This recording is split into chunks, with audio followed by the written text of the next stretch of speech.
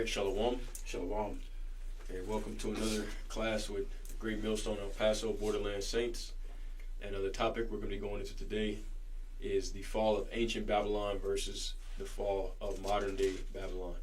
Okay, and the whole reason why this is important to understand the difference is because when you're reading prophecy, based on the different judgments that go forth, you have to know whether it's talking about ancient Babylon or whether it's talking about modern day spiritual Babylon, also known as Babylon the Great or the daughter of Babylon, which is America.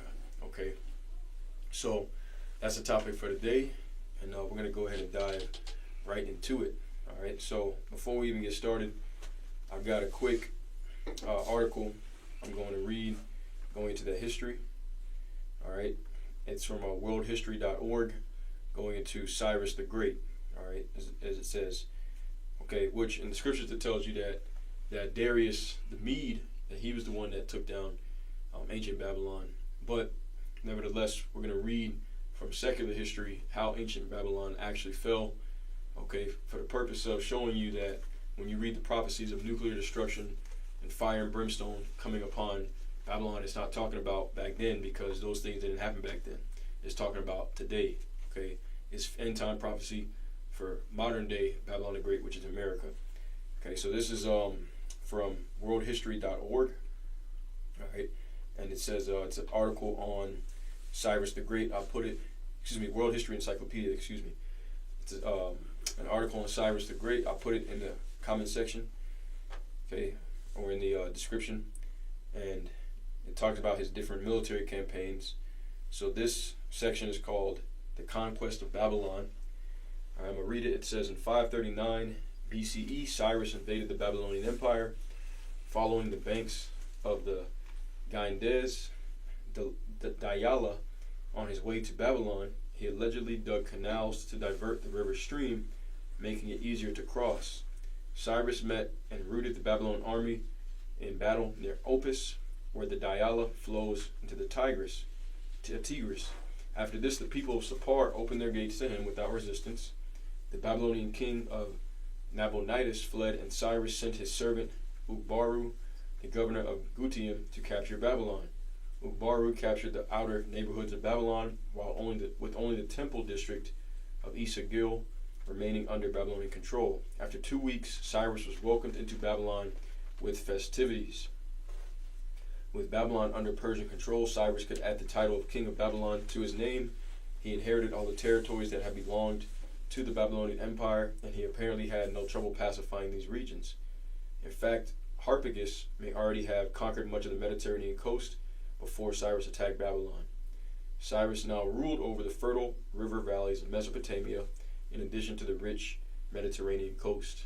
Okay, so it said pretty much it was a peaceful takeover. All right, it wasn't, when you read the prophecies of America, Babylon the Great, the daughter of Babylon being destroyed. Okay, it talks about nuclear fire, famines, widowhood, pretty much the same things that you see written up about Jacob's trouble. Okay, so these are two different Babylons that received judgment and have different punishments. Okay, ancient Babylon, okay, you had Nebuchadnezzar, and then his successor, according to Daniel the 5th chapter, Belshazzar, and he was taken down by, as the scriptures say, Darius the Mede, okay, which may be Ugbaru. Some of the names are changed in secular history, but either way, it shows and demonstrates that ancient Babylon was not taken down by nuclear fire and famine and pestilence and all these things that you see written of that are going to take down Babylon the Great, okay, the daughter of Babylon. So we'll go ahead and read Daniel the 5th chapter, and we'll get the biblical account of the fall of ancient Babylon. All right, this is Daniel chapter 5 and verse 1. It says, Belshazzar the king made a great feast to 1,000 of his lords, and drank wine before the 1,000. And Belshazzar was Nebuchadnezzar's successor, according to the book of Daniel. All right. It says in verse 2, Belshazzar, whilst he tasted the wine, commanded to bring the golden and silver vessels, which his father Nebuchadnezzar had taken out of the temple, which was in Jerusalem, that the king and his princes, his wives, and his concubines might drink therein. Then they brought the golden vessels that were taken out of the temple of the house of the Most High, God Yahweh Bashim Yoshai, which was at Jerusalem, And the king and his princes, his wives, and his concubines drank in them. They drank wine and praised the gods of gold and of silver, of brass, of iron, of wood, and of stone. In the same hour came forth fingers of a man's hand, and wrote over against the candlestick upon the plaster of the wall of the king's palace, and the king saw the part of the hand that wrote. Then the king's countenance was changed, and his thoughts troubled him, so that the joints of his loins were loosed, and his knees smote one against another. The king cried aloud to bring in the astrologers, the Chaldeans, and the soothsayers. And the king spake and said to the wise men of Babylon, Whosoever shall read this writing, and shew me the interpretation thereof, shall be clothed with scarlet, and have a chain of gold about his neck, and shall be the third ruler in the kingdom. They came in all the king's wise men, but they could not read the writing, nor make known to the king the interpretation thereof. Then was King Belshazzar greatly troubled, and his countenance was changed in him, and his lords were astonished. Now the queen, by reason of the words of the king and his lords, came into the banquet house, and the queen spake and said, O king, live forever. Let not thy thoughts trouble thee, nor let thy countenance be changed. There is a man in thy kingdom, in whom is the spirit of the holy gods, and in the days of thy father light and understanding and wisdom, like the wisdom of the gods, was found in him, whom the king Nebuchadnezzar, thy father, the king, I say, thy father made master of the magicians, astrologers, Chaldeans, and soothsayers. For as much as an excellent spirit and knowledge and understanding, interpreting of dreams, and shewing of hard sentences, and dissolving of doubts were found in the same Daniel, whom the king named Belteshazzar. Now let Daniel be called, and he will shew the interpretation. Then was Daniel brought in before the king, and the king spake and said unto Daniel, Art thou that Daniel, which art of the children of the captivity of Judah, whom the king my father brought out of Jewry? I've even heard of thee, that the spirit of the gods is in thee, and that light and understanding and excellent wisdom is found in thee. And now the wise men, the astrologers, have been brought in before me, that they should read this writing, and make known unto me the interpretation thereof. But they could not shew the interpretation of the thing. And I have heard of thee, that thou canst make interpretations and dissolve doubts. Now if thou canst read the writing, and make known to me the interpretation thereof, thou shalt be clothed with scarlet, and have a chain of gold about thy neck, and shalt be the third ruler in the kingdom. Then Daniel answered and said before the king, Let thy gifts be to thyself, and give thy rewards to another. Yet I will read the writing unto the king, and make known to him the interpretation. O thou king, the Most High God, Yahweh Ba'ashem Yahshai, gave Nebuchadnezzar thy father a kingdom and majesty and glory and honor. And for the majesty that he gave him, all people, nations, and languages trembled and feared before him. Whom he would, he slew, and whom he would, he kept alive, and whom he would have, and whom he would he set up, and whom he would he put down. But when his heart was lifted up and his mind hardened in pride, he was deposed from his kingly throne, and they took his glory from him. And he was driven from the sons of men, and his heart was made like the beasts, and his dwelling was with the wild asses. They fed him with grass like oxen, and his body was wet with the dew of heaven, till he knew that the Most High God, Yahweh Ba'ashem Yahshai, ruled in the kingdom of men, and that he appointed over it whomsoever he will.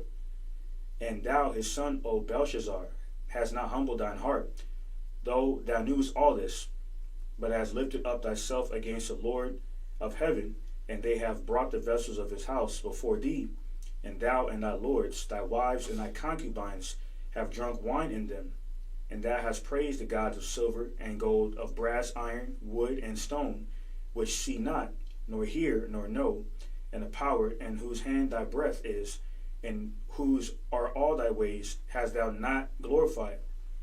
Then was the part of the hand sent from him, and his writing was written. And this is a writing that was written, meaning Timko Upharshin. Verse 26 says, This is the interpretation of the thing, meaning the Most High God, Yahweh Ba'ashem Yahshai, had numbered thy kingdom and finished it. Tekel, thou art weighed in the balances and are found wanting. Peris, thy kingdom is divided and given to the Medes and Persians. Then commanded Belshazzar, and they clothed Daniel with a scarlet, and put a chain of gold about his neck, and made a proclamation concerning him, that he should be the third ruler in the kingdom. And that night was Belshazzar, the king of the Chaldeans, slain, and Darius the Median, Darius the Mede, took the kingdom, being about 62 years old. Okay, so all right, that's the account from the Bible of Babylon being taken over by the Persians and the Medes, from the first beast moving on to the second beast. Okay, Daniel's dream, Daniel's 7th chapter, or Daniel's 2nd chapter. Okay, but as you can see, all right, it was something quick. All right, it wasn't this huge thing like how you read about Babylon being destroyed in the prophecies. Okay, so that's what we're going to go to next and read about that. I'm going to go ahead and hit the book of Jeremiah, chapter 50, and I'll read this one. Okay, so Jeremiah chapter 50, and I'm going to go ahead and start from the top. All right, and it reads, it says, "The word that the Lord spake against Babylon and against the land of the Chaldeans by Jeremiah the prophet. Declare ye among the nations, and publish, and set up a standard. Publish and conceal not.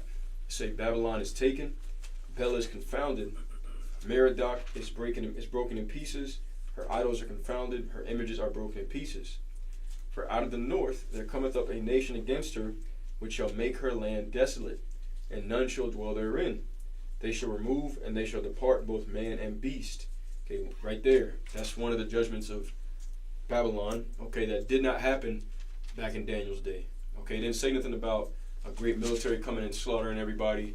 That didn't happen back then. Okay, that's a judgment that's specific to this second Babylon. Okay, ancient Babylon. Modern day Babylon.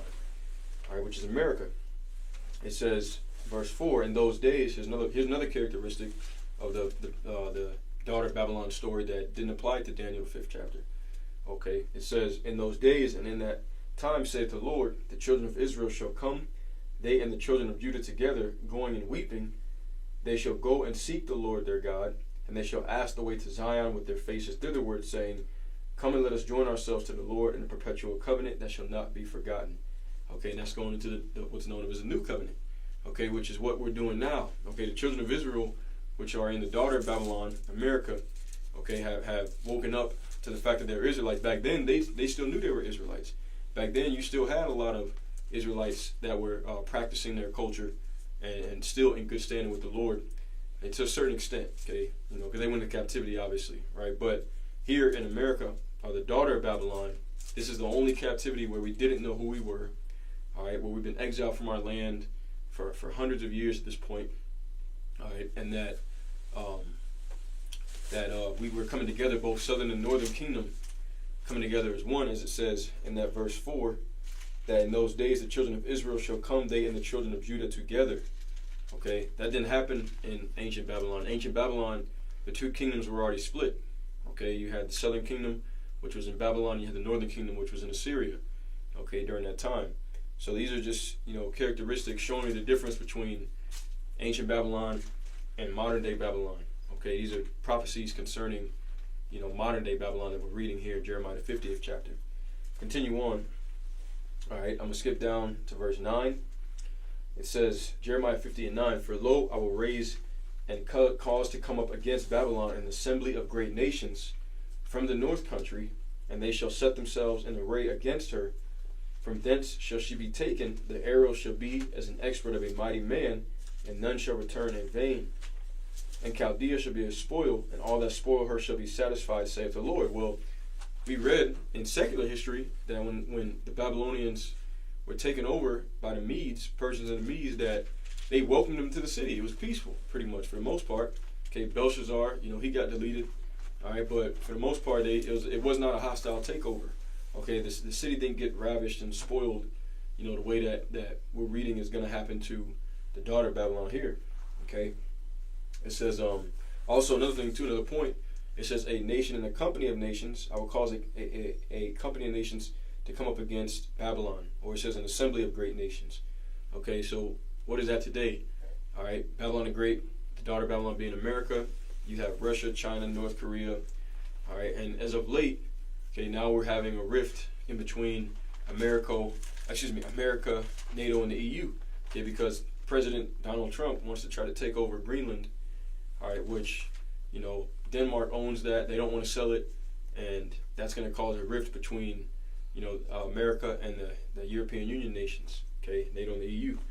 So the judgment against the daughter of Babylon is a bunch of nations coming together against it and shooting arrows at it, so to speak. We're going to read about what these arrows are going to do. Okay, continuing on, Jeremiah chapter 50 and verse 13. It says, "Because of the wrath of the Lord, it shall not be inhabited, but it shall be wholly desolate. Everyone that goeth by Babylon shall be astonished and hiss at all her plagues." All right, if you go modern day Babylon today, the land of ancient Babylon today in modern day times is modern day Iraq. Okay, there's still people over there. You have cities over there. Okay, but according to when this destruction comes upon this when this destruction comes upon this Babylon that's being prophesied of, it says no one is going to dwell there anymore.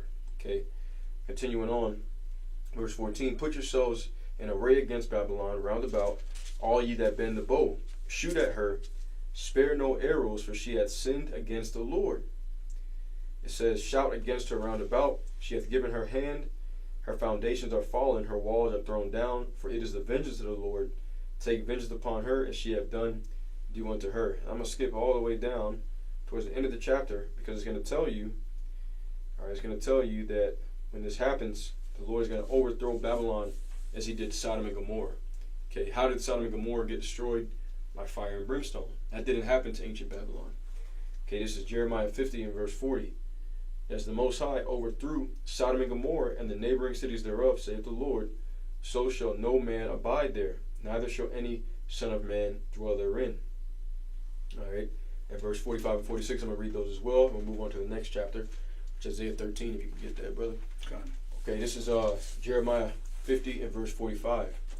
"Therefore hear ye the counsel of the Lord that he hath taken against Babylon, and his purposes that he hath purposed against the land of the Chaldeans. Surely the least of the flock shall draw them out. Surely he shall make their habitation desolate with them." What is that talking about? Okay, the least of the flock is talking about the Amalekites, those over there that are calling themselves the Israelis. They're the smallest Edomite nation, but the most powerful, and they're also causing all this ruckus over there in Western Asia, what people today call the Middle East. Okay, and verse 46.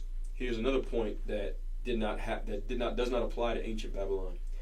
It says, "And at the noise of the taking of Babylon, the earth is moved, and the cry is heard among the nations." That didn't happen in ancient Babylon. Okay, but when the missiles hit the daughter of Babylon, okay, which is going to cause it to be destroyed, such as Sodom and Gomorrah, it says the earth shall reel to and fro like a drunkard. It says that in Isaiah the 24th chapter. So the whole earth is going to shake when those 2 million ICBM nuclear warheads hit America, Babylon the Great, and turn it into the lake of fire. Okay, that didn't happen in ancient Babylon, so obviously it's not talking about that.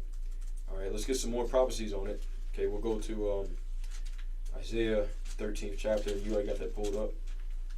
I got a quick precept on that. Psalm chapter 137, starting at verse 7. And it says, "Remember, O Lord, Yahweh, by Shem Yashad, the children of Edom, in the day of Jerusalem, who said, raise it, even to the foundation thereof." Verse 8 says, "O daughter of Babylon, who art to be destroyed, happy shall he be that rewarded thee, as thou hast served us." See, go ahead. Oh, no, you go ahead. Okay, I was going to say, this further confirms that modern day Babylon is ruled by Esau Edom, because this is an end time prophecy. Because ancient Babylon was taken over by the Medo-Persian Empire, all right, specifically through King Darius. All right, so King Darius is now ruling in modern day Babylon. All right, because there's no correlation between those two Babylonian empires in terms of the nations who ruled both of those empires being different nations. All right, because the Persians, the biblical Elamites, took over the Neo-Babylonian Empire. During the Neo-Babylonian Empire, the Edomites were ruling. all right, under the Medo-Persian Empire. But in this modern-day Babylonian Empire, in the Virgin Daughter Babylon, the Edomites are ruling, the self-proclaimed Caucasians are white people. So that further confirms that, this prophecy is referring to the Edomites because they're the current king of Babylon, as it says in Isaiah 14:4. I don't know how I skipped over this. Before I hit Jeremiah 50, I meant to get Isaiah 47 because Isaiah 47 makes a clear distinction between Babylon and the daughter of Babylon. We're going to go ahead and read right quick on that. I'm just going to bounce around in the chapter. Isaiah 47:1. It says, "Come down and sit in the dust, O virgin daughter of Babylon. Sit on the ground, there is no throne, O daughter of the Chaldeans. For thou shalt no more be called tender and delicate." Okay, because I had a reprobate, come on, Old Testament only Israelite, another Nabal, come on the comment board talking about ain't no daughter of Babylon. That's all talking about back in the day. That's why we're making this video. Okay, well no, this Isaiah 47 starts off with a clear distinction that this is the daughter of Babylon, also known as Babylon the Great. It's not talking about ancient Babylon. Now I'm going to continue on, verse 2, because there's some key points in this. It says, "Take the millstones and grind mill, uncover thy locks, make bare the leg, uncover the thigh, and pass over the rivers." Verse 3, it says, "Thy nakedness shall be uncovered, yea, thy shame shall be seen. I will take vengeance, and I will not meet thee as a man." What is that talking about? That's talking about Yahushua, because he's the one that's going to come in and destroy this daughter of Babylon. And he's going to bring fire to it. He said, "I will not meet thee as a man," because he's coming as an angelic force. We know at the end, when the children of Israel are delivered, they can be delivered out of that, daughter of Babylon, like you read in. Actually, go to Zechariah 2 right quick, Baba Shah. The children of Israel are going to be delivered, freed out of the daughter of Babylon, also known as the land of the north. And when the Lord come back, he said, "I will not meet thee as a man." Meaning he's going to come as an angelic force, the thousands of heaven, to destroy this place. You got Zechariah 2? Yep. Get verse 6 and 7. Zechariah 2:6. "Ho, ho, come forth and flee from the land of the north, saith the Lord. For I have spread you abroad as the four winds of the heavens, saith the Lord." Right, telling to Jacob, flee from the land of the north. That's another title for the daughter of Babylon. You could also call it spiritual Sodom and Egypt, spiritual Assyria. All right, keep reading. "Deliver thyself, O Zion, that dwellest with the daughter of Babylon." Right, deliver thyself, O Zion, which dwellest with the daughter of Babylon. Which brings me to another point. I'm going to go back right quick. And we'll come right back to the Isaiah 47. There's more meat in that. But I'm going to go to Jeremiah 50 and verse 17, because it tells you that Jeremiah 50 and 17, it says, "Israel is a scattered sheep. The lions have driven him away. First, the king of Assyria hath devoured him," because the northern kingdom was the first ones to go into captivity under the Assyrians, and then the southern kingdom under the ancient Babylonians. It says, "First, the king of Assyria hath devoured him, and last, this Nebuchadnezzar, king of Babylon, hath broken his bones." So the last captivity is associated with Babylon, but not ancient Babylon, because we went into other captivities after ancient Babylon. So it couldn't be talking about back then. It's talking about modern day Babylon, which has a completely different judgment. The reason why it's called that is because there was no America back then. Americo Vespucci, the one who this continent is named after, North, Central, and South America, he didn't exist back then. So the prophet Daniel and other prophets, Isaiah, Jeremiah, when they spoke of the daughter of Babylon, they just used spiritual insignias to pretty much relate to what they were seeing in their visions. Once again, there was no America back then. The continent was here, but there was no country called America. So they're not going to say, "This is America." So what was the best way for them to relay what they were trying to get the point across?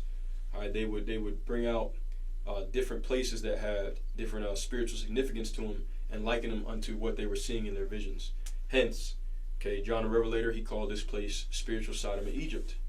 Why? Because this place is known for sodomy, other forms of sexual perverseness, and also spiritual Egypt because it's known as the house of bondage. The other prophets, they called it the daughter of Babylon because this place, Babal in the Hebrew, means confusion. This is the land of confusion and chaos. So I'm going to go back and get that Isaiah 47.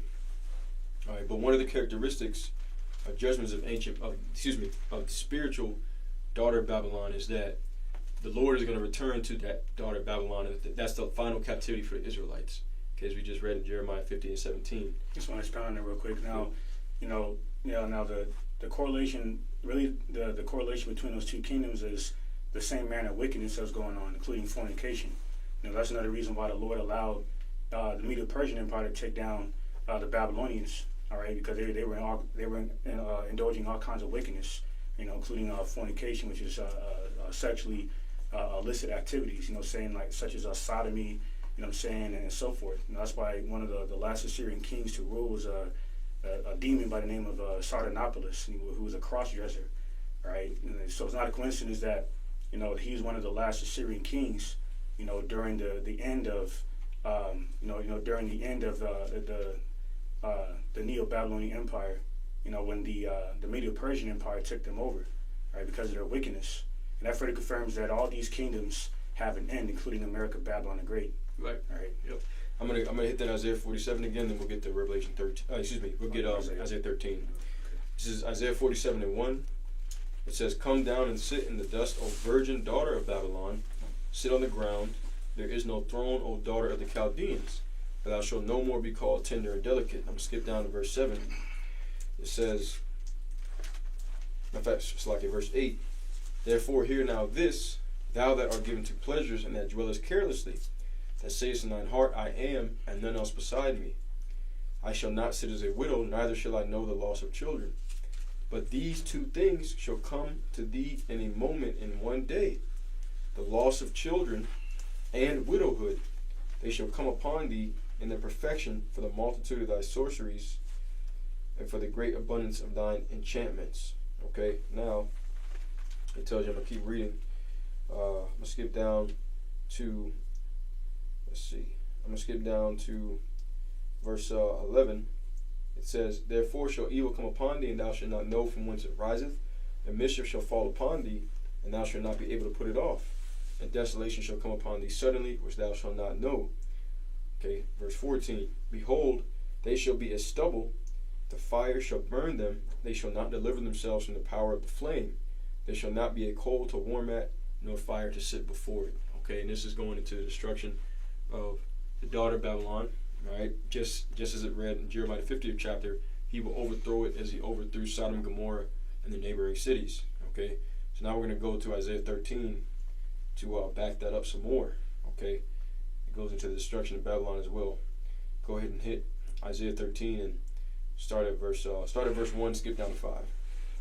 So Isaiah 13 and 1, it says, "The burden of Babylon, which Isaiah the son of Amos did see." Verse 5 says, Hit the 4, my bad. Sorry. Okay, continuing in verse 4. It says, "The noise of a multitude in the mountains, like as of a great people, a tumultuous noise of the kingdoms of nations gathered together. The Lord Yahweh by Shemeshai of hosts, much with the host of the battle." All right, stop right there. So he read verse 1, so you can see it's the burden of Babylon. So you know what it's talking about. Okay, so all these judgments we're going to read them, and you're going to see that they didn't happen in ancient Babylon, because it's talking about modern day Babylon. Okay, go ahead and keep reading. Verse 5 says, "They come from a far country, from the end of heaven, even the Lord Yahweh by Shemeshai, and the weapons of his indignation, to destroy the whole land." Right, okay, and this is talking about the nuclear missiles. Okay, that didn't happen. The people who took down ancient Babylon, okay, which this is not talking about a literal army. When you go to Joel, the 2nd chapter, it describes the army of fire. Okay, this is talking about the Lord's weapons, his army, which is the nuclear missiles. But when you go back to ancient Babylon, you think about it, this right here says that the weapons shall come from the end of heaven, from the other side of the earth. Okay, that didn't happen with ancient Babylon. Ancient Babylon was taken down by one of their neighbors. Okay, the Persians and the Medes are all in that same area of Western Asia, known of as the Middle East. Okay, got a precept on that. So Isaiah 9:5, it says, "For every battle of the warrior is with confused noise, and garments rolled in blood.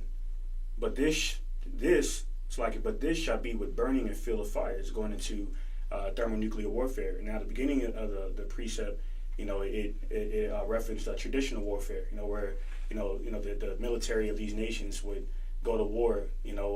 With traditional warfare weapons. Through armor, through bucklers, swords, shields, bow and arrows, and so forth. All right. But in this day and age, as this prophecy went out, spoke about towards the end of the precept in Isaiah 95 is that this battle shall be with burning and fuel of fire through this thermonuclear war, and that didn't happen in ancient Babylon. Right? When the Neo-Syrian, it's like a Neo-Babylonian empire got taken down by the Medo-Persian Empire, that wasn't done with burning and fuel of fire in reference to thermonuclear warfare, because this is a future prophecy that correlates with the destruction of modern day Babylon. Right. That's it. Yep. Keep rolling. Read on down from verse. Start at 5. Read down to 11.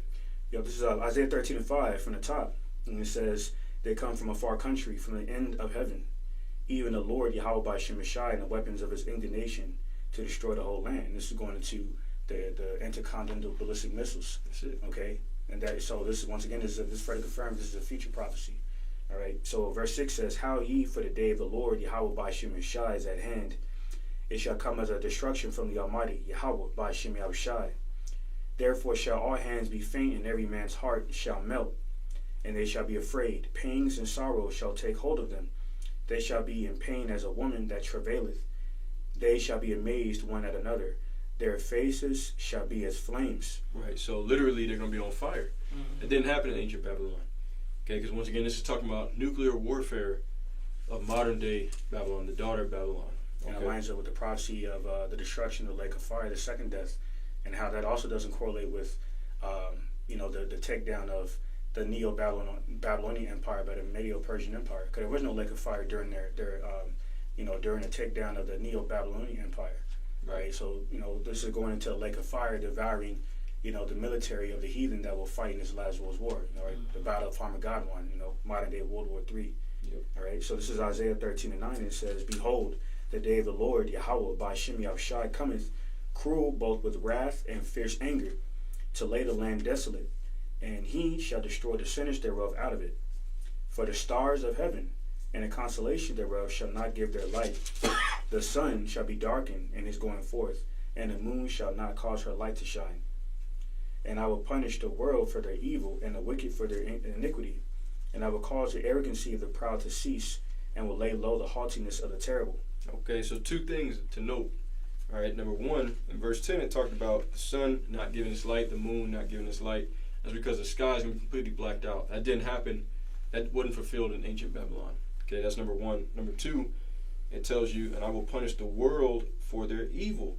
Okay, the whole world wasn't punished back then in ancient Babylon. Okay, but this final judgment, even though the vast majority of the punishment is going to be on America, Babylon the Great, the whole world is going to be in chaos and destruction and on fire, okay, by way of either missiles or by way of the chariots of the Lord when they return. Okay, so once again, this is talking about end time prophecy, the final judgment day of Yahweh Bashem Yahushai. Okay, now with that being said, you could skip down to verse 19 and read all the way down. Okay. I'm gonna start at I'm gonna continue verse 17. Okay, that's fine. All right, it says, "Behold, I will stir up the means against them, which shall not regard silver, and as for gold, they shall not delight in it." And the modern day means of the Russians, because the Russians would be spearheading the destruction against America, right. All right, representing the BRICS Union. All right, so this verse 18, it says, "Their bows also shall dash the young men to pieces." All right, going into the nukes. It says, "And they shall have no pity on the fruit of the womb, their eyes shall not spare children." That lines up with the 11th verse, how the Lord is going to punish the entire world through these ICBM missiles, missile warheads. All right, and this is verse 19. It says, "And Babylon, the glory of kingdoms, the beauty of the Chaldees' excellency, shall be as when the Most High God, Yahweh by Shemeshai, overthrew Sodom and Gomorrah." Right, see, once again, going back into fire and brimstone. Mm-hmm. Didn't happen in ancient Babylon. All right. Verse 20 says, "It shall never be inhabited, neither shall it be dwelt in from generation to generation. Neither shall the Arabian pitch tent there, neither shall the shepherds make their fold there. But wild beasts of the desert shall lie there, and their houses shall be full of doleful creatures. And owls shall dwell there, and satyrs shall dance there. And the wild beasts of the island shall cry in the desolate houses, and dragons in their pleasant palaces. And her time is near to come, and her days shall not be prolonged." Right, so that's the closeout in Isaiah 13th chapter. Okay, so it said it shall never be inhabited. All right, only desert creatures going to dwell there. That's not the case. Like I said, you go to what you go to that ancient Babylon, the land of ancient Babylon today, all right, which is modern day Iraq. Okay, there's people over there. There's cities. Okay, they probably got McDonald's over there. Okay, so that's not talking about ancient Babylon. This is the destruction of the daughter of Babylon. All right, now, with that being said, we'll get ready to head to Revelation 18 chapter, and we'll close out with that. Okay, so Revelation chapter 18. You got those scriptures? Mm-hmm. Okay, Revelation 18. Go ahead and let's see. Go ahead and get start from the top of verse 1. Revelations 18:1. And after these things, I saw another angel come down from heaven, having great power, and the earth was lightened with his glory. Keep reading. And he cried mightily, a strong voice, saying, Babylon the great is fallen, and it's become the habitation of devils, and the hold of every foul spirit, and a cage of every unclean and hateful bird. That's it. Okay, Babylon the Great is fallen, just like we read in Isaiah 13. Okay, nothing but desert creatures are going to dwell there. All right, keep reading. For all nations have drunk of the wine of the wrath of her fornication, and the kings of the earth have committed fornication with her, and the merchants of the earth are waxed rich through the abundance of her delicacies. And here's nothing to note. When we read this, okay, this is talking about Babylon being destroyed. Well, ancient Babylon had already been destroyed for hundreds of years when this was written. Okay, and we read that ancient Babylon fell 539 BC. Okay, roughly, right? So that was this. John the Revelator went on the scene for another 600 plus years later. Okay, at least 500 something years later. So, you know, once again, this shows you this is a whole different Babylon. All right. Okay, keep reading. Revelations 18:4. And I heard another voice from heaven saying, Come out of her, my people, that ye be not partakers of her sins, and that ye receive not of her plagues. Yep. For her sins have reached unto heaven, and Yahweh hath remembered her iniquities. Keep going. Yep. Reward her even as she rewarded you, and double unto her double according to her works, and the cup which she hath filled to her double. Yep, keep reading. Revelation 18:7. How much she hath glorified herself and lived deliciously. So much torment and sorrow give her. For she saith in her heart, I sit a queen, and am no widow, and shall see no sorrow. All right, here's the point. Get verse 8. Verse 8. Therefore shall her plagues come in one day, death and mourning and famine, and she shall be utterly burned with fire, for strong is the Lord Yahweh who judgeth her. Right, famine. Okay. Famine. Yeah, famine meaning lack of food. So said her plague shall come in 1 hour, death and mourning and famine, and she shall be utterly burned with fire. Okay, just like we've been reading all the prophecies of Babylon being destroyed. Okay, this didn't happen to ancient Babylon. Now, let's go ahead and skip down to verse. Let's see. Go ahead and skip down to verse 20. Verse 20. Rejoice over her, thou heaven, and ye holy apostles and prophets, for Yahweh hath avenged you on her. Okay, so were the holy apostles and prophets back then, were they rejoicing? No, because they just went from one captor to another. They just went straight from Babylon into the hands of the Persians and the Medes. So nothing really changed. Okay, but no, this time this is going to be final deliverance and rejoicing for the holy apostles and prophets. Get the next verse. I'm going to read that one over.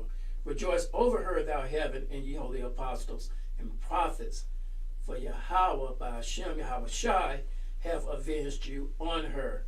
And a mighty angel took up a stone like a great millstone and cast it into the sea, saying, Thus with violence shall that great city Babylon be thrown down, and shall be found no more at all. Okay, and that's it. All right.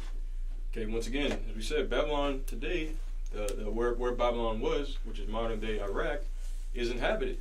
Okay, and it didn't go down with great violence. Okay, you know, as we read, it's pretty much a peaceful takeover. All right, they really damn near handed in the kingdom. All right, so this just highlights the differences between the daughter Babylon versus ancient Babylon. Okay, the different judgments between the two. So when you're reading about fire and brimstone on Babylon and all these different things, okay, it's talking about the modern day Babylon, which is America. Okay, you have to be able to discern between the two, okay, in order to understand prophecy. Otherwise, you're going to be confused. So, I mean, really, that's pretty much it. We'll go ahead and close out with that. So, Yahweh Rachazah is edifying. All right, as always, we want to give all praise, honor, and glory to Yahweh, Bahashem, Yahweh Shai, Bahashem, Rakak Wadash. And double honors to the head apostles / elder bishops of the Great Millstone who teach and who rule well. Peace, blessings, and safety. To all you sincere Akim, keep pushing, keep believing, and keep the faith, regardless of what people hear, for they forbear. And until next time, Shalom, and a Bible ball.